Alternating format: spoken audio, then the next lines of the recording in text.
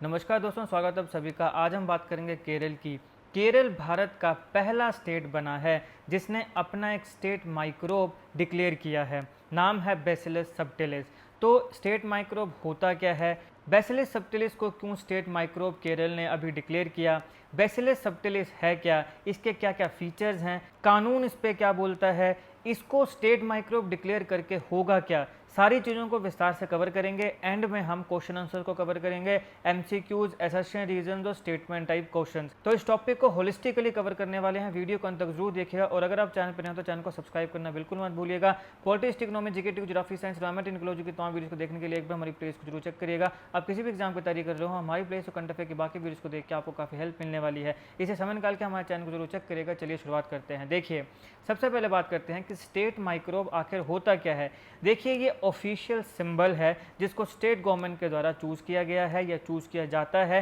किस चीज़ को हाईलाइट करने के लिए, किसी भी माइक्रो ऑर्गेनिज्म, जैसे इस केस में बैसिलस सबटिलिस, इसकी साइंटिफिक, कल्चरल और जो इकोनॉमिक इंपॉर्टेंस है उसे हाईलाइट करने के लिए। तो केरल ने जब इसे अनाउंस किया है तो ये भारत का पहला स्टेट बना है जिसने इस प्रकार के सिंबल को अडॉप्ट किया है। बहुत इंपॉर्टेंट है आपके हर एग्जाम के लिए, ये क्वेश्चन बनेगा, इसलिए इस सवाल को, इस फैक्ट को ध्यान में रखिएगा।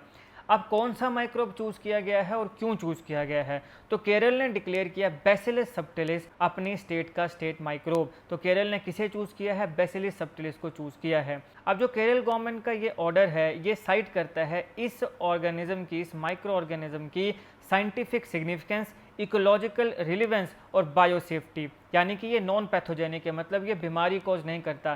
क्या साइंटिफिक सिग्निफिकेंस है, क्या इकोलॉजिकल रिलेवेंस है, सारी चीज़ों को हम आगे विस्तार से देखने वाले हैं। इसके साथ साथ ये हमारी सोसाइटी के लिए और इंडस्ट्रीज़ के लिए काफ़ी बेनिफिशियल है, इसलिए इसको सिलेक्ट किया गया है। क्या बेनिफिट्स हैं, आगे देखते हैं। अब यहाँ पे बात करते हैं बैसिलस सबटिलिस, ये है क्या। मैं आपको कह रहा हूँ कि माइक्रोब है, तो माइक्रोब कौन सा है, तो बेसिकली ये ग्राम पॉजिटिव, अब gram positive, gram negative bacterias होते हैं। अगर आप साइंस स्टूडेंट है तो आपने पढ़ा होगा, अगर आप नहीं है साइंस स्टूडेंट तो इतना डिटेल में जाने की जरूरत नहीं है। बस बैसिलस सबटिलिस क्या है, इस चीज़ को आपने ध्यान में रखना है। बेसिकली ये एक बैक्टीरिया है।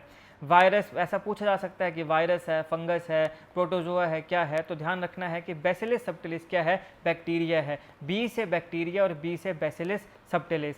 अब ये एक कौन सा बैक्टीरिया है, तो ये ग्राम पॉजिटिव बैक्टीरिया है, रोड शेप बैक्टीरिया है और ये स्पोर फॉर्मिंग बैक्टीरिया है, यानी कि ये स्पोर्स को बनाता है। ये फर्मेंटेड फूड में पाया जाता है, सॉइल में पाया जाता है और इवन गट में भी पाया जाता है। गट क्या होता है, मुंह से लेके तो, माउथ से लेके तो एनस तक, इसको हम बोलते हैं साइंस की भाषा में गट। ये आपका जो डाइजेस्टिव सिस्टम है, यहाँ पे डाइजेशन होती है, न्यूट्रिएंट्स को एब्जॉर्ब करता है, वेस्ट को एक्सपेल करता है, ये होता है गट। और बैसिलस सबटिलिस जो है, इसका यूज़ प्रोबायोटिक में भी होता है। प्रोबायोटिक्स क्या होते हैं, लाइव माइक्रो ऑर्गेनिजम्स जो मोस्ट बेनिफिशियल बैक्टीरिया या ईस्ट हैं, जो हेल्थ बेनिफिट्स देते हैं जब उन्हें कंज्यूम किया जाता है, यानी खाया जाता है और बॉडी में एडिक्वेट अमाउंट में अप्लाई होते हैं। तो ये प्रोबायोटिक की तरह भी काम करता है, ये एंजाइम की प्रोडक्शन में भी हेल्प करता है, ये एग्रीकल्चर में भी हेल्प करता है, ये पीजीपीआई यानी प्लांट ग्रोथ प्रमोटिंग राइजोबैक्टीरिया भी है और इंडस्ट्रियल बायोटेक्नोलॉजी में भी इसका काफ़ी ज़्यादा महत्व है। अब अगर हम बैकग्राउंड की और इस पूरे डिसीजन की प्रोसेस की बात करें तो देखिए, अब इस कंसेप्ट का ओरिजिन कहाँ से हुआ कि हम एक स्टेट माइक्रोब डिक्लेयर करेंगे। ये जो आइडिया है, इसको centre of excellence in microbiome COEM और साइंटिफिक लीडरशिप, जिसमें नोटेड एडवाइजर्स होते हैं, बड़े बड़े नाम होते हैं स्टेट डॉक्यूमेंट्स में, जो बड़े बड़े साइंटिस्ट होते हैं, उन्होंने सबसे पहले ये आइडिया जो है इसको फॉरवर्ड किया था, आगे रखा था और स्टेट साइंस पॉलिसी में इसके सिग्नल्स दिए थे कि इसके ऊपर डिस्कशन होगी। तो COEM यानी centre of excellence in microbiome, इसकी इनॉग्रेशन इवेंट्स में जो है वो इसकी फॉर्मल अनाउंसमेंट हुई है। कॉन्स्टिट्यूशनल, एडमिनिस्ट्रेटिव और लीगल कंटेक्स्ट क्या है, देखिए, स्टेट पावर्स यहाँ पे सिंबल्स के ऊपर होती हैं। भारत का एक यूनिक फेडरल स्ट्रक्चर है जहाँ पे स्टेट्स जो हैं वो एडमिनिस्टर करती हैं, उनके पास आज़ादी होती है कि वो स्टेट के सिंबल्स को, एम्बलम्स को और पॉलिसीज़ जो कि हेल्थ को प्रमोट कर रही हैं, एग्रीकल्चर को प्रमोट कर रही हैं, साइंस को प्रमोट कर रही हैं, उसे खुद सेलेक्ट कर सकते हैं। सेंटर की यहाँ पे परमिशन लेने की ज़रूरत नहीं है, जुडिशरी माने हाई कोर्ट, सुप्रीम कोर्ट की यहाँ पे अनुमति लेने की ज़रूरत नहीं होती है। हमारी जो स्टेट गवर्नमेंट्स हैं वो खुद इसके ऊपर डिसीजन ले सकती हैं अपने जुरिस्डिक्शन में। तो यहाँ पे किसी भी सिंबॉलिक माइक्रोब को स्टेट सिंबल डिक्लेयर करना ये एक एग्जीक्यूटिव एडमिनिस्ट्रेटिव एक्ट के तहत है, ना कि सेंट्रल स्टैट्यूटरी चेंज के तहत। तो स्टेट गवर्नमेंट के पास यहाँ पे आज़ादी है। दूसरा आता है कि यहाँ पे कोई कॉन्स्टिट्यूशन आर्टिकल की ज़रूरत भी नहीं होती है। ऐसा नहीं है कि हमने संविधान में जाके पढ़ना है कि कौन सा आर्टिकल हमें अनुमति देता है। ये जो मूव है ये पॉलिसी एडमिनिस्ट्रेटिव डिक्लेरेशन है, जिसको स्टेट गवर्नमेंट के ऑर्डर पे दे सकती है। यहाँ पे कोई भी कॉन्स्टिट्यूशनल अमेंडमेंट या सेंट्रल लॉ की ज़रूरत नहीं है। इंटरनल डिपार्टमेंटल प्रोसीजर्स और जो एक्सपर्ट कमेटी की रिकमेंडेशंस हैं उसे ही यहाँ फॉलो किया जाता है। फिर बायोसेफ्टी रेगुलेटरी ओवरलैप की बात करें तो कुछ ऐसी एक्टिविटीज़ होती हैं जहाँ पे माइक्रोब्स की ज़रूरत होती है, जैसे कि रिसर्च है, कमर्शलाइजेशन है, फील्ड रिलीज है, बायोटेक प्रोडक्ट्स हैं।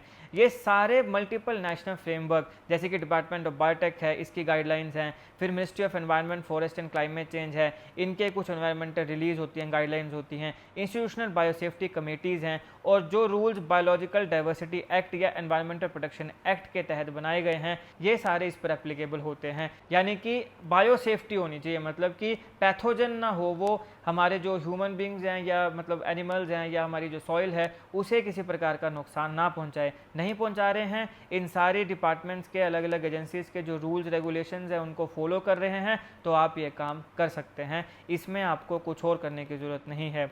लेकिन यहाँ पे जो स्टेट है वो सेंट्रल रेगुलेटर जो रिसर्च कर रहे हैं, जो सेंट्रल ऑर्गेनाइजेशन रिसर्च कर रही है उसके साथ कोऑर्डिनेट कर सकते हैं। कमर्शियल डिप्लॉयमेंट या फिर अप्रूवल्स की ज़रूरत यहाँ पे हो सकती है। अब हम बात करते हैं बैसिलस सबटिलिस की साइंटिफिक और सोशियो इकोनॉमिक सिग्निफिकेंस की। तो सबसे पहले health and probiotics. Bacillus subtilis जो है इसको प्रोबायोटिक स्ट्रेन की तरह फूड और सप्लीमेंट्स में यूज़ किया जाता है। ये गट हेल्थ को इम्प्रूव करती है, माउथ से लेके एनस तक आपका पूरा जो डाइजेस्टिव सिस्टम है इसकी हेल्थ को ये इम्प्रूव करती है। फिर जो फर्मेंटेड फूड ट्रेडिशंस होती हैं वहाँ पे इसका यूज़ होता है। कल्चरल फूड प्रैक्टिसेस जो कि साइंटिफिक वैलिडेशन में होती है उनके साथ इसका सीधा लिंक होता है।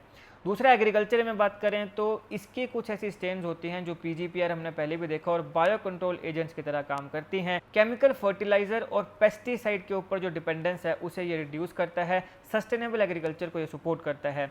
तो इसी हिसाब से ये केरल का जो अग्रेरियन सेक्टर है, पैडी, स्पाइसेस, प्लांटेशन क्रॉप्स, इसके लिए काफ़ी ज़्यादा रिलेवेंट है। तीसरा इंडस्ट्री एंड बायोटेक। इसे एंजाइम प्रोडक्शन में यूज़ किया जा सकता है, फर्मेंटेशन इंडस्ट्रीज़ में यूज़ किया जाता है और potential startup biotech cluster development में इसको यूज़ किया जाता है। सबसे पहले R&D होगी यानी कि रिसर्च एंड डेवलपमेंट, फिर पायलट और फिर इसकी प्रोडक्टाइजेशन हो सकती है। तो यहाँ पे ये इंडस्ट्रीज़ जो हैं हमारी, खासकर बायोटेक इंडस्ट्रीज़, वहाँ पे भी काफ़ी ज़्यादा यूज़फुल होता है। और रिसर्च एंड इनोवेशन की बात करें तो किसी माइक्रोब को, जैसे यहाँ पे बैसिलस सबटिलिस, इसे स्टेट माइक्रोब डिक्लेयर करना ये एक बहुत ही बड़ा पुश है ट्रांसलेशनल माइक्रोबायोम रिसर्च के ऊपर, कैपेसिटी बिल्डिंग के ऊपर जैसे सेंटर ऑफ एक्सीलेंस है, और इंडस्ट्री और एकेडमिक कोलैबोरेशन भी ये अट्रैक्ट कर सकता है। आने वाले समय में काफ़ी इंडस्ट्रीज़ और एकेडमिक्स में हमें कोलैबोरेशंस देखने को मिल सकती हैं। एडवांटेजेस क्या हैं इसकी? Ecosystem services. स्ट्रॉन्ग एम्फेसिस यहाँ पे सॉइल हेल्थ पे दिया गया है क्योंकि ये सॉइल हेल्थ को इम्प्रूव करता है, सस्टेनेबल एग्रीकल्चर को बढ़ाता है, वेस्ट को ये कम करेगा, और सर्कुलर इकोनॉमी के जो मॉडल्स हैं वहाँ पे माइक्रोबियल सॉल्यूशन की तरह ये काम करता है।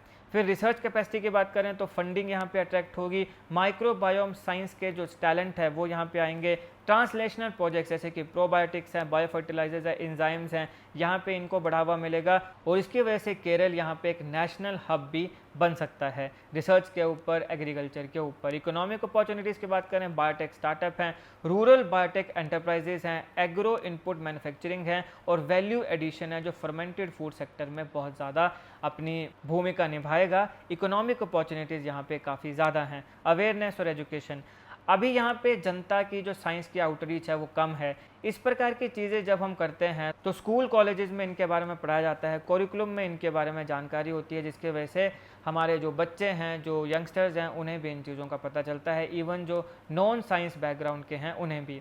लेकिन अब चैलेंजेस क्या हैं? Biosafety, public health risk.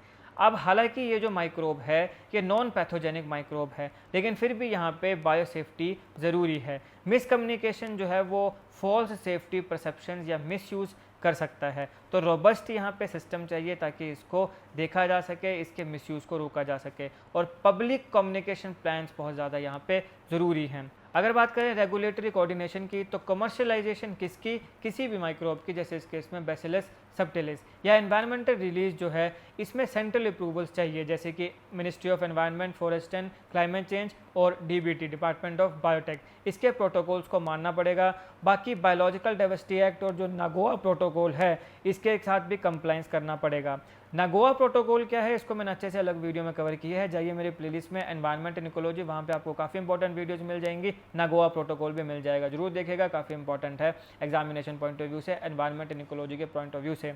Intellectual property and benefit sharing की बात करें तो कमर्शलाइजेशन जो है वो लोकल नॉलेज के रिस्पेक्ट करना चाहिए, बायोडाइवर्सिटी लॉस को मानना चाहिए और इक्विटेबल बेनिफिट शेयरिंग की बात करना चाहिए। तो स्टेट को इस प्रकार के प्रोटोकॉल्स को प्रिपेयर करना भी काफ़ी ज़्यादा ज़रूरी है। अब इक्विटी और एक्सेस की बात करें तो इस प्रकार के जो बेनिफिट्स हैं ये स्मॉल फार्मर्स तक पहुंचने चाहिए, कम्युनिटीज़ तक पहुंचने चाहिए जो छोटे स्तर पर हैं, सिर्फ प्राइवेट कंपनीज तक ही ये ना रहें। यहाँ ट्रेनिंग और सब्सिडीज डिज़ाइन होनी चाहिए, साथ साथ में एक्सटेंशन मॉडल्स पर काम किया जाना चाहिए।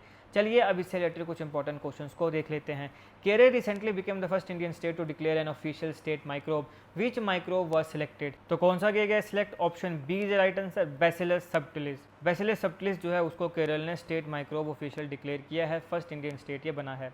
The declaration of a state microbe by Kerala is best associated with which field? कौन सी फील्ड के साथ ये एसोसिएटेड है? तो ये माइक्रोबायोलॉजी और बायोटेक्नोलॉजी के साथ एसोसिएटेड है, option B is right answer. यहाँ पे आप देख सकते हैं ऑप्शन बी। नेक्स्ट क्वेश्चन है, Bacillus subtilis is commonly described as which of the following? क्या है ये? Bacteria, virus, fungus, protozoa? पहले बताया मैंने आपको क्या है ये, बैक्टीरिया है, option C is the right answer. Which of the following best describes Bacillus subtilis? तो क्या है बैसिलस सबटिलिस? मैंने आपको पहले बताया ये ग्राम पॉजिटिव है, रोड शेप है और स्पोर फॉर्मिंग है, तो option B is the right answer. Gram positive, rod shape और स्पोर फॉर्मिंग बैक्टीरिया है ये हमारा Bacillus subtilis. Kerala state microbe initiative is most directly link to which institutional development? तो किसके साथ जुड़ा है? Centre of excellence in microbiome, option B is the right answer. Bacillus subtilis is useful in agriculture mainly because it can act as, किसकी तरह act कर सकता है ये? Plant growth promoting rhizobacteria, option B is right answer. Plant की growth में ये मदद कर सकता है। Which one of the following is a major application of Bacillus subtilis in human life? हमारी लाइफ में क्या इसकी एप्लीकेशन है? तो probiotic use, option B is right answer. Gut health में ये काफ़ी इंपॉर्टेंट अपना रोल प्ले करता है। गट क्या है? माउथ से लेके एनस तक पूरा डाइजेस्टिव सिस्टम जो है वो उसको गट बोलते हैं, तो प्रोबायोटिक यूज यहाँ पे होता है। The declaration of a state microbe in Kerala is significant because, क्यों है ये सिग्निफिकेंट? क्योंकि ये साइंस अवेयरनेस और बायोटेक आइडेंटिटी को प्रमोट करता है, option B is the right answer. Bacillus subtilis belongs to which broader category? तो ये बैक्टीरिया है, option B is the right answer. Which of the following is a likely reason for choosing Bacillus subtilis as state microbe?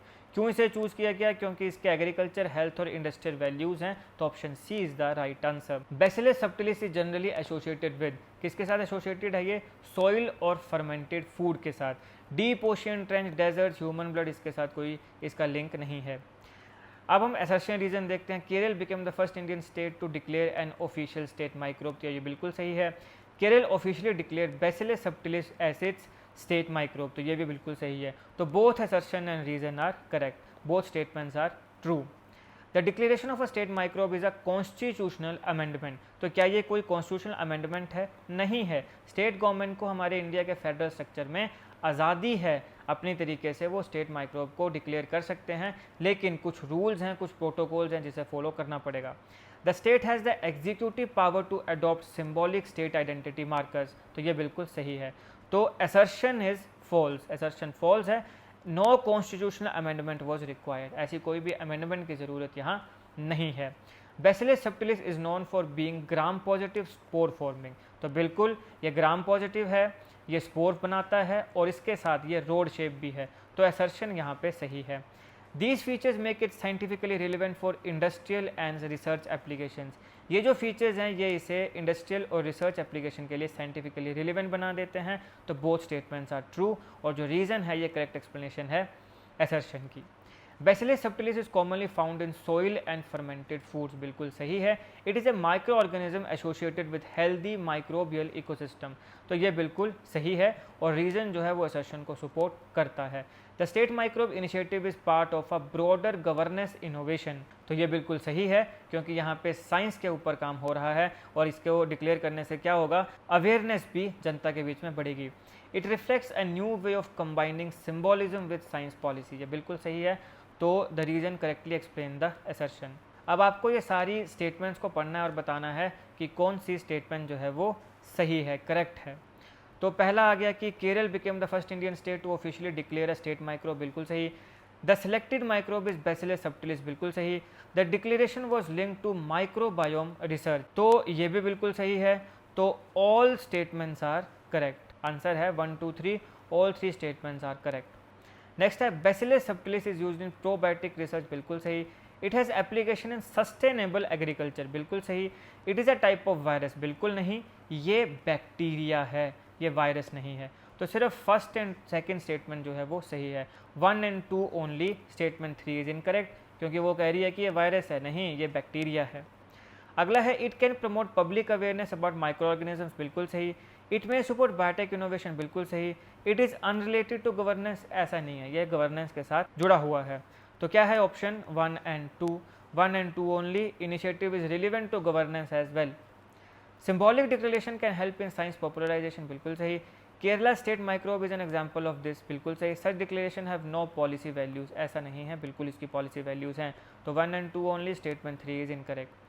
The state microbe initiative reflects governance innovation, बिल्कुल सही। It is purely ornamental and meaningless, बिल्कुल नहीं। It can enhance public interest in science, बिल्कुल सही। तो statement 1 and 3 are correct, 1 and 3 only. Initiative has practical symbolic value. Bacillus subtilis may be used as probiotic, बिल्कुल सही। It may be useful in human gut related studies, बिल्कुल सही। It is a protozoan, बिल्कुल नहीं, ये bacteria है। तो 1 and 2 only, यहाँ पे 1 and 2 only. It is a bacterium, not a protozoan. Bacillus subtilis is relevant for food microbiology, बिल्कुल सही। It is linked with fermented foods, yes. It is always a disease causing organism, बिल्कुल नहीं, ये कोई भी disease cause नहीं करता है। तो 1 and 2 only, it is not always disease causing. अब यहाँ पे आपने इनको जोड़ना है। Bacillus subtilis, scientific institution support, research centre, bacterial species, state policy initiative. तो बैसिलस सबटिलिस क्या है? बैक्टीरियल स्पीसीज है, ए का सी, 1 का सी। फिर KSCSTE, ये क्या है? ये साइंटिफिक इंस्टीट्यूशन सपोर्ट है। फुल फॉर्म क्या है? Kerala state council for science, technology and environment. COEM, ये क्या है? ये हमने पहले भी देखा, centre of excellence in microbiome. तो ये क्या है? सेंटर ऑफ एक्सीलेंस एक रिसर्च सेंटर है। स्टेट माइक्रोब डिक्लेरेशन, ये क्या है? स्टेट पॉलिसी इनिशिएटिव है। तो हमारा बन रहा है पहले का C, दूसरे का A, तीसरे का हमारा बना B और चौथे का हमारा बना D। अब देखो राइट आंसर, पहले का C, दूसरे का A, तीसरे का B, चौथे का D। तो ये इसका राइट आंसर है। अब नेक्स्ट क्वेश्चन है agriculture, health, industry, education, probiotics and gut research, science communication, enzymes and fermentation, bio fertilizer and bio control. तो एग्रीकल्चर में हमारे पास आ गया bio fertilizer and bio control. Health में हमारे पास आ जाएगा प्रोबायोटिक्स एंड गट रिसर्च, ठीक है, गट रिलेटेड टू मतलब ह्यूमन है ना, डाइजेस्टिव ट्रैक। इंडस्ट्री में हमारे पास आ गया एंजाइम एंड फर्मेंटेशन, और एजुकेशन में आ जाएगा साइंस कम्युनिकेशन। अलग कलर से करते हैं, एजुकेशन, साइंस कम्युनिकेशन। क्या बना? पहले का हमारा बन रहा है D, दूसरे का हमारा बना A, तीसरे का हमारा बन रहा है C, चौथे का हमारा बना B। राइट आंसर क्या है? पहले का D, दूसरे का A, तीसरे का C, चौथे का B। नेक्स्ट क्वेश्चन है ग्राम positive spore forming rod shape beneficial micro organism. क्या है, किसकी बात हो रही है? बैसिलस सबटिलिस की। Scientific classification, survival trait, shape और यूटिलिटी बेस्ड डिस्क्रिप्शन। आप भी साथ साथ में इन क्वेश्चंस को सॉल्व करिए मेरे साथ। ग्राम पॉजिटिव क्या है? ये इसकी साइंटिफिक क्लासिफिकेशन है। Gram positive, gram negative, scientific classification होगी। स्पोर फॉर्मिंग, ये स्पोर बनाएगा, तो ये इसका सर्वाइवल ट्रेट है, that's how this bacteria survives. तो ये बी हो गया। रोड शेप, ये इसकी शेप है, और बेनिफिशियल माइक्रो ऑर्गेनिज्म है, तो ये यूटिलिटी बेस्ड इसकी डिस्क्रिप्शन है कि यहाँ पे इसका यूज क्या है, ये बेनिफिशियल है। तो हमारा बन रहा है फर्स्ट का A, सेकंड का B, थर्ड का C, फोर्थ का D, ABCD हो गया ये। फर्स्ट का A, सेकंड का B, थर्ड का C और फोर्थ का D। तो ये राइट आंसर है। अगला, microbiology, public policy, sustainable farming, science policy. Study of microbes, using microbes for cleaner agriculture, decisions on scientific priorities, governance mechanism. चलिए, माइक्रोबायोलॉजी क्या है? Study of microbes. पहले का आ गया A, पब्लिक पॉलिसी ये क्या है, ये गवर्नेंस मैकेनिज्म है, गवर्नेंस मैकेनिज्म। सेकंड का डी। सस्टेनेबल फार्मिंग, यहाँ फार्मिंग है, यहाँ एग्रीकल्चर है। सस्टेनेबल फार्मिंग क्या बना, using microbes for cleaner agriculture, 3 का आ गया बी। और साइंस पॉलिसी तो क्या बना, decision on scientific priorities, decision on scientific priorities, 4 का बना सी।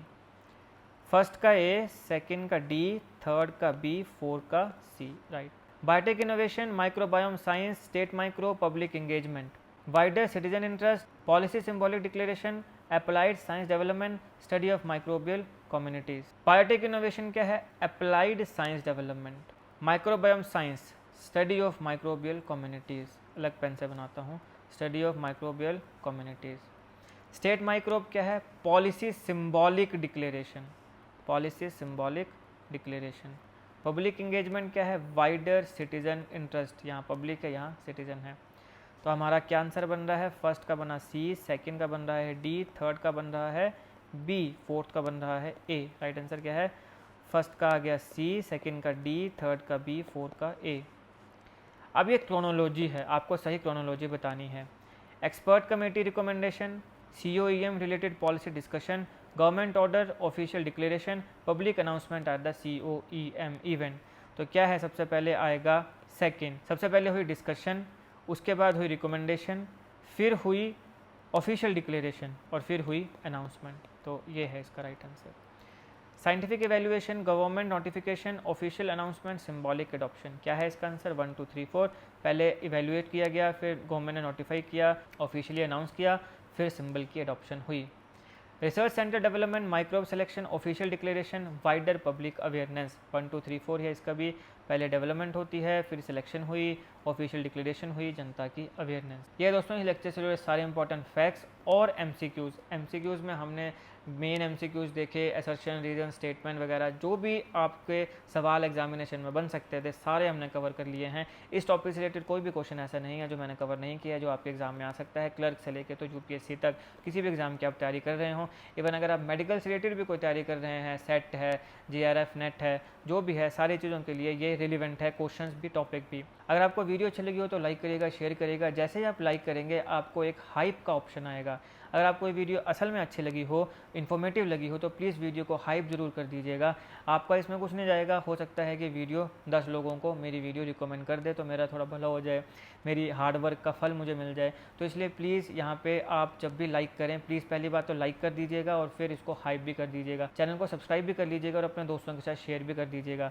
बाकी politics, economy, GK, geography, science, environment, ecology के तमाम वीडियोज़ को देखने के लिए एक बार हमारी प्लेलिस्ट और करंट अफेयर की बाकी वीडियोज़ को जरूर देखिएगा। आप किसी भी एग्जाम की तैयारी कर रहे हो, हमारी प्लेलिस्ट और करंट अफेयर की बाकी वीडियोज़ आपके लिए काफ़ी हेल्पफुल होने वाली हैं, इसलिए चैनल को सब्सक्राइब करना बिल्कुल मत भूलिएगा। अगर आप किसी टॉपिक के ऊपर वीडियो चाहते हैं तो कमेंट बॉक्स में लिख के बता दीजिएगा, हम कोशिश करेंगे कि उसके ऊपर भी वीडियो बनाएं। बाकी प्लीज़ लाइक और हाइप करना बिल्कुल मत भूलिएगा। आपका बहुत बहुत धन्यवाद।